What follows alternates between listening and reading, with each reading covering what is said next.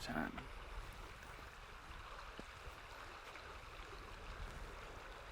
What's up, my friends? Are we in the right frame? What's up, my friends?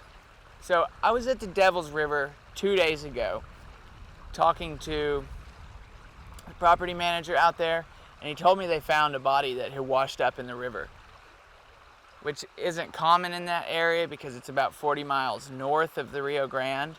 But there's a Border Patrol checkpoint parallel to where they found him. And the more experienced traffickers, mostly smuggling or coyotes, will walk through kind of the open desert ranch land to get around the Border Patrol checkpoint, and then they can jump in a car and kind of go wherever they need to. Currently, I'm standing on the Rio Grande, so that's Mexico. This is America, and we're a 2 hours drive south of the closest cell phone service. Just as kind of a thought on the whole wall thing, the way that the border is currently policed over the last 20 years, according to a book called The Land of Open Graves, has pushed immigration into more desolate regions. So instead of being able to cross at a city, they now have to go around Border Patrol, which requires walking through huge, vast deserts. And when you start talking about walking 100 miles through a very harsh landscape with no civilization, it's incredibly difficult. Like, hiking the Appalachian Trail would be like baby stuff compared to that, because you're talking about 100 days worth of provisions, and it is May the 23rd today, and the high was over 100 degrees. So I kind of want to focus on experiences that I've had. I really started thinking about how immigration has affected my life over the years. And instead of the big politics and all this rigmarole that we hear on TV and the stats of things that don't affect us, I wanted to tell y'all about some friends that I had. The first one that comes to mind is actually where I got the saying that I start my videos off. What's up, my friends? So he would say, hey, what's up, my friend? And it made me feel like I belonged. He worked as an electrician, had 2 beautiful children, didn't drink, went to church, kept the same job for 5 years, even paid taxes with a false social security number, but he was an illegal alien. His wife didn't have papers either, and in the case that they had both been deported, then the United States would have been left to deal with 2 parentless children for no other reason except overly bureaucratic laws. And then another story I want to tell you is my best friend married a girl from Norway. She came from a very well-off family, had 2 master's degrees, spoke 5 different languages, and then married my friend. They hired a lawyer to get her citizenship, and it took over a year for the process to unfold. She even had to leave the country a couple of times to renew her visa. And they had a lawyer and money. And my Mexican buddy in North Carolina, he doesn't have the resources to become legal in the United States. So this current system is not working. We work and live beside 11 million undocumented illegal immigrants that live every day in the fear of being deported. And why is it that way? They have found a place in our economy. We have accepted them. So why can't we just allow them to be legal?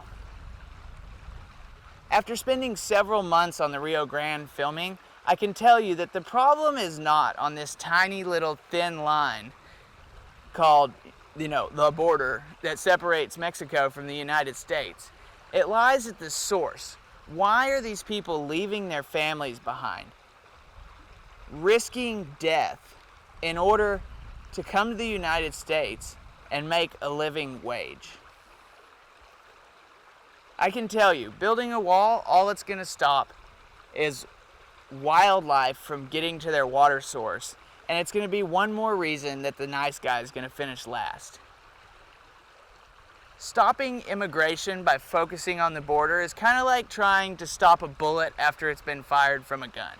We have to try to stop the trigger from ever being pulled. And first we have to find that gun. One of my huge experiences in life is doing a whole lot of drugs that were made illegally in these places where people want to immigrate from to the United States. The illegal sale of drugs, it puts a huge amount of money in a bunch of, kind of bad people's hands. They're very self-serving, profit motivated, and everything they do is illegal all over the world. So they don't want the government to exist, period. Which means they kind of set up their own government. They make the rules. It's profit motivated, and it just creates a bunch of violence and extortion. Basically, kind of the gangsters get to do whatever they want, and everyone else is just caught in the mix. What if we allowed people to come to the United States, work, and send money home to their countries, just like they do now, but legally, so that they didn't have to be involved with the drug trade to make a living? And then somehow, promote that down in Central America, which is where the majority of immigrants come from. Mexico is a disproportionate number of illegals crossing the border. And give them the resources, or at least the knowledge to cross. I mean, they pay a coyote $15,000 now to come across illegally. You can't tell me that they couldn't go through the process of filling out paperwork and getting permission to come to the United States for more than $15,000. That's a huge amount of money, especially in that part of the world. I think the average salary per year is like $2,000. So we're talking like 6 years pay to come across illegally. What if they did it legally? And then they could support their families off of it. Why is it so difficult? I just don't understand it. I don't get politics. I don't know the laws. But I do know that we live in a democracy and that the people get what they want. And we have got to do something about this. Everybody has an opinion on it, but don't go off of what you see on TV. Look at yourself. Look at your life and your experiences that you've had with both illegal immigrants coming here to work and drugs, and then decide what's important. Do we want to stop people from crossing the border, or do we really want to focus on stopping drugs from coming?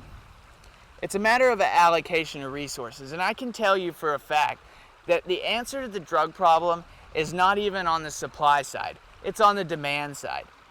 We, America, as a country, have got to figure out how to treat our drug addiction. When somebody has a problem, locking them up and letting them go is not solving the problem. We have to give treatment, and then at some point supply becomes an issue. But the majority of people that are addicted to hard drugs are addicted because it all began with prescription drugs, which is also the largest industry in the United States. This is a little off topic, but why in the world can a prescription drug be advertised on TV when you have to have a doctor's permission to use it, or a doctor's advice? Why should some average person walk into their doctor's office and request a drug because they saw a commercial on TV?